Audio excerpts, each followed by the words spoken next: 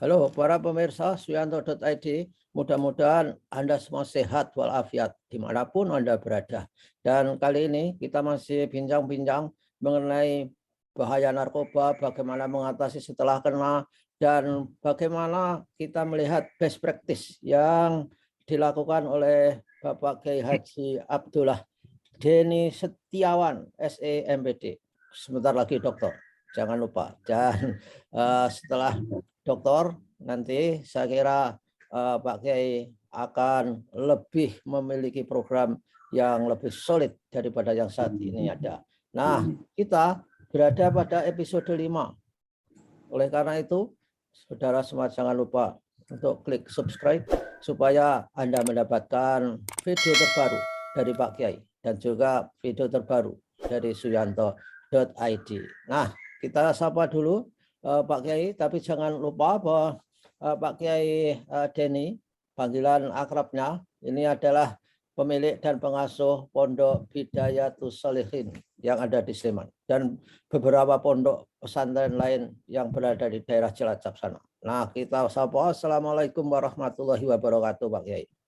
Waalaikumsalam warahmatullahi wabarakatuh. Selamat pagi, Bro. Selamat pagi, dan luar biasa Pak Kiai ini hobinya gitar dan pernah menjadi juara gitar untuk tahun-tahun yang lalu di Jawa ini. Atau mungkin juara gitar apa itu dulu Pak Kiai? Ketika Pak Kiai juara gitar. Jawa Bali, Bro. Jawa Bali, ya, juara gitar, juara Bali. Jadi nanti kapan-kapan kita mengundang Pak Kiai untuk main gitar dan nyanyi di Suyanto.id. Nah, Pak Kiai, di episode 4 kita sudah titik fokusnya adalah pertama, orang yang kena narkoba supaya kembali ke jalan yang lurus dan benar, dibawa ke pesantren Pak Kiai. Pertama kali ritualnya adalah mandi tobat dan di ru'yah. Nah, kemudian setelah itu, langkahnya apa saja Pak Kiai? Supaya mereka itu segera kembali. Dan saya kemarin melihat video yang ada di pesantren Pak Kiai mengajari orang-orang mantan atau alumnus narkoba itu ngaji pakai pakaian ihram dan tampak bahwa badannya sekujur itu ditato dan itu merupakan simbol bagaimana mereka itu dulu ketika terlibat narkoba. Pak Kiai, monggo. Ya, baik, Bro. Terima kasih. Yang pertama-tama yang harus dilakukan dalam memberikan suatu penyadaran terhadap anak bangsa yang mempunyai ujian penyalahgunaan narkotika atau kenakalan, kita dekati dengan sesama hati. Oke. Dari hati ke hati. Ya. Hati ke hati. Jadi diajak kita untuk diskusi, setelah diskusi, lalu diajak untuk mendengarkan ceramah yang dapat menyentuh hatinya sehingga dia tergerak untuk bisa berdamai dengan hatinya dia sendiri. Oke, Pak Kiai, saya menjawab Pak Kiai. Ketika diceramain itu mereka responnya sama atau masing-masing ya? Misalkan ada yang menangis, ada yang terharu, ada yang segera bisa move on. Menurut pengalaman Pak Kiai gimana, Pak Kiai? Dari semua yang kita lakukan di dalam pondok pesantren ini, setelah dia sudah melalui beberapa tahapan, mulai dari mandi tobat, mulai dari dia ruqyah, lalu diberikan suatu ceramah, kebanyakan para santri yang sudah masuk itu dia menangis. Oh, ya. Menyadari bahwa apa yang dia kerjakan, dia lakukan selama ini tentunya itu salah dan keliru. Sebagai penebus dosa, dia selalu ingat bahwasanya ini adalah keliru yang besar, sehingga dia kadang-kadang menangis bersusun air mata yang banyak gitu, Bro. Oke, kan membuat mereka menangis itu gak gampang Pak Kiai. Misalkan saja orang tuanya aja putus asa. Apakah ada pengalaman orang tua bisa membuat menangis anak-anak yang sudah terlanjur terpuruk ke dalam narkoba? Ada nggak Pak Kiai kira-kira? Ya kan berbeda, Bro. Ketika dia di luar, ditangani orang tua, mungkin dia sudah tidak percaya dengan orang tua, keluarga, dianggapnya dia adalah memang anak yang memang betul-betul menyusahkan. Oke. Sehingga orang tua, didiskusikan orang tua, tetap dia tidak mau. Maka memang harus ada pihak yang ketiga untuk menyadarkan anak tersebut. Itu, Bro. Oh, tetapi menurut Ibu AKBP Kepala BNN Kabupaten Sleman, Ibu Siti Alfiah ya, itu kan ciri khasnya anak-anak kena narkoba itu malas mandi.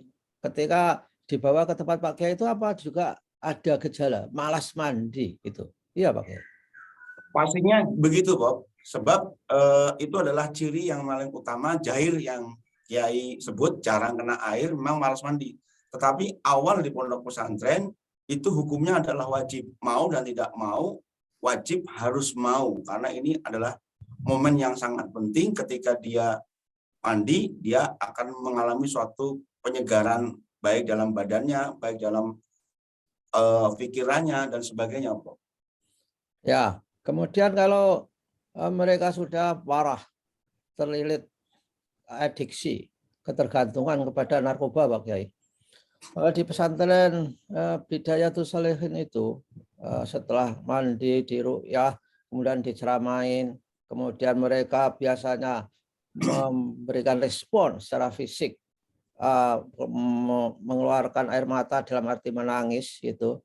Apakah ada metode ketika menangis itu apa yang harus dilakukan supaya segera bisa dimasuki ide baru, mindset baru supaya dia, oh kita ini sudah berada di alam yang benar. Biasanya apa Pak Kiai yang dilakukan? Baik, Bro. Biasanya ketika kita melihat santri itu menangis, berarti kita meyakini bahwasanya santri itu sudah berdamai dengan dirinya dia sendiri, hatinya dia sendiri. Sehingga kita bisa memasukkan secara halus, sehingga apabila dia dimasukkan dengan ilmu agama, dengan pengetahuan agama, yang intinya bab masalah hati, itu dia bisa menerima. Nah, setelah dia menerima untuk kajian-kajian Pak Kiai, disitulah kita dekati, lalu kita diajak ngobrol berdua, sehingga suruh dia menceritakan semua kejadian-kejadian yang telah dia alami. Dia tambah nangis lagi. Intinya adalah pasti dia menyadari dia sangat berdosa dengan kedua orang tuanya, keluarga, dan yang lain. Itu, Bro. Ya, ketika Pak Kiai menghadapi seperti itu, ini kan karena dari hati ke hati, tentu metodologinya itu sudah memasuki apa yang disebut andragogi, itu metodologinya, yaitu memanfaatkan pengalaman pesantri untuk melakukan pemberdayaan dirinya ke depan. Nah, pernah nggak ada yang bandel, lalu sehingga harus strict, sedikit dibentak, sedikit diarahkan, ya walaupun bentaknya pura-pura supaya dia shock, kaget, sehingga bangun ini adalah di dunia yang lain, bukan dunia narkoba. Ada nggak program yang seperti itu Pak? Atau tetap soft, diikuti saja secara halus, disentuh dan diberi ajaran-ajaran yang mulia dari Allah Subhanahu wa Ta'ala? Gimana Pak Kiai? Dalam hal pertama kita tangani ketika kita memang benar-benar dalam tanda kutip bahwasanya si santri itu dia belum bisa menyadari, kadang-kadang memang si santri itu melawan, Bro. Bahkan mungkin mengajak dalam tanda kutip juga berkelahi dengan kiainya, dengan pengurusnya, itu sudah hal yang biasa. Tapi alhamdulillah dengan pendekatan kita, sekali ada shock terapi, agak tadi Prof bilang dibentak, dikerasin sedikit, itu hal itu pasti ada, Bro. Karena untuk memang mengingatkan dia supaya dia itu tidak merasa dan menjadi orang yang kuat. Di sini adalah di pondok pesantren, maka kita harus betul-betul mengedepankan untuk adab etika yang selalu memang harus baik, Bro. Oke. Nah, itu semua kan nggak bisa ya ditangani Pak Kiai sendiri ya. Itu saja ada asistennya. Dari tahap apa dilakukan oleh siapa, ada nggak begitu Pak Kiai sistemnya di Bidayatul Shalihin? Betul, Bro. Untuk semua itu tidak bisa ditangani oleh Pak Kiai semua. Tentunya ada masing-masing divisinya. Misalkan satu untuk bagaimana dia memberikan asesmen, pendalaman tentang apa yang dia perbuat. Lalu setelah pendalaman itu diketahui bahwasanya si santri ini adalah sekitar parahnya bisa mengerti, oh ini parahnya seperti ini, ya sedang, rendah atau tinggi. Nah, sehingga itu baru diajak diskusi lagi dengan psikolognya lagi, dari konselor, psikolog, dari psikolog itu ntar setelah dari psikolog, terus dari dokter diperiksa dulu karena mungkin ada penyakit yang pernah dia lakukan atau komorbid apa. Karena biasanya yang berbahaya ini, mohon maaf, kalau penyalahgunaan narkotika itu tidak lepas dari seks bebas, sehingga itu bisa dicek ntar ada HIV-nya atau tidak itu, Prof. Itu yang paling sangat penting, karena jika memang dia mengakui seperti kalau diperiksa sudah positif, maka ada tindak lanjutnya ke depan kita berikan kepada yang lebih ahli ke bidang itu, Bro. Oh, begitu ya Pak Kiai. Jadi Betul, Bro. ada ya, ketika narkoba itu dekat dengan apa ya, kehidupan seks bebas ya.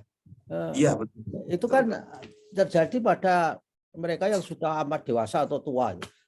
Terhadap pelajar pun apa mungkin begitu Pak Kiai? Misalkan ada. Kalaupun selama ini kita menangani hal seperti ini, ada, Bro.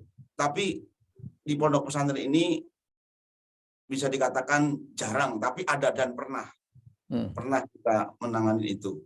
Ya.